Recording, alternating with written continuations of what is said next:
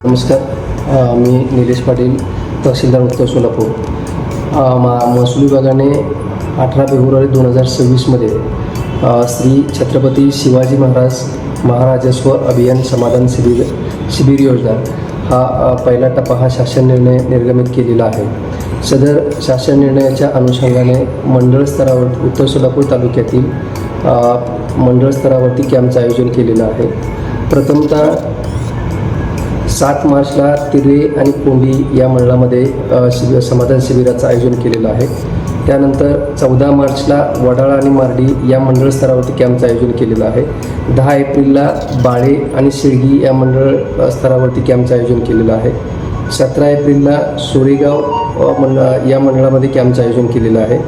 आणि पुढच्या ज्या मेमधील 2 तारखा आहेत, 8 मेला सोलापूर नागरी भागातील जे मंडळ आहे कसबे सोलापूर त्या ठिकाणी कॅम्पचं आयोजन केलेलं आहे.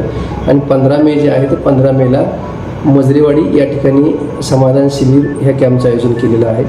प्रथम टप्प्यामध्ये 7 मार्चला कोंडी आणि तिर्रे या मंडळामध्ये कॅम्पचं समाधान शिबिराचं जे आयोजन केलेलं आहे त्या कॅम्पच्या अनुषंगाने मी कोंडी मंडळमध्ये येणारे जे गावं आहेत, प्राधान्यानं बेबीदारपळ, कोंडी, पाकणी, शिवणी, केगाव, शिवाजीनगर या सर्व नागरिकांनी त्या ठिकाणी जे कोंडीमध्ये जिल्हा परिषद शाळा या ठिकाणी जो कॅम्प किंवा समाधान शिबिर होते त्या ठिकाणी आपण त्या जो 7 मार्चला सकाळी 10 ते 5 या वेळेमध्ये जो कॅम्प होणार आहे त्या कॅम्पचा आपण सर्वांनी लाभ घ्यावा.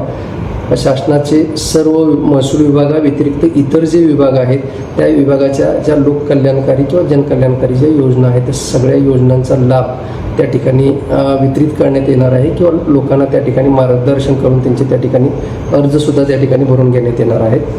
तदनंतर त्याच दिवशी 7 मार्चला दुसरं मंडळ उत्तर सोलापूर तालुक्यातील तिर्रे या मंडळामध्ये सुद्धा सकाळी 10 ते सायंकाळी 5 या वेळेमध्ये समाधान शिबिर कॅम्पचं आयोजन केलेलं आहे.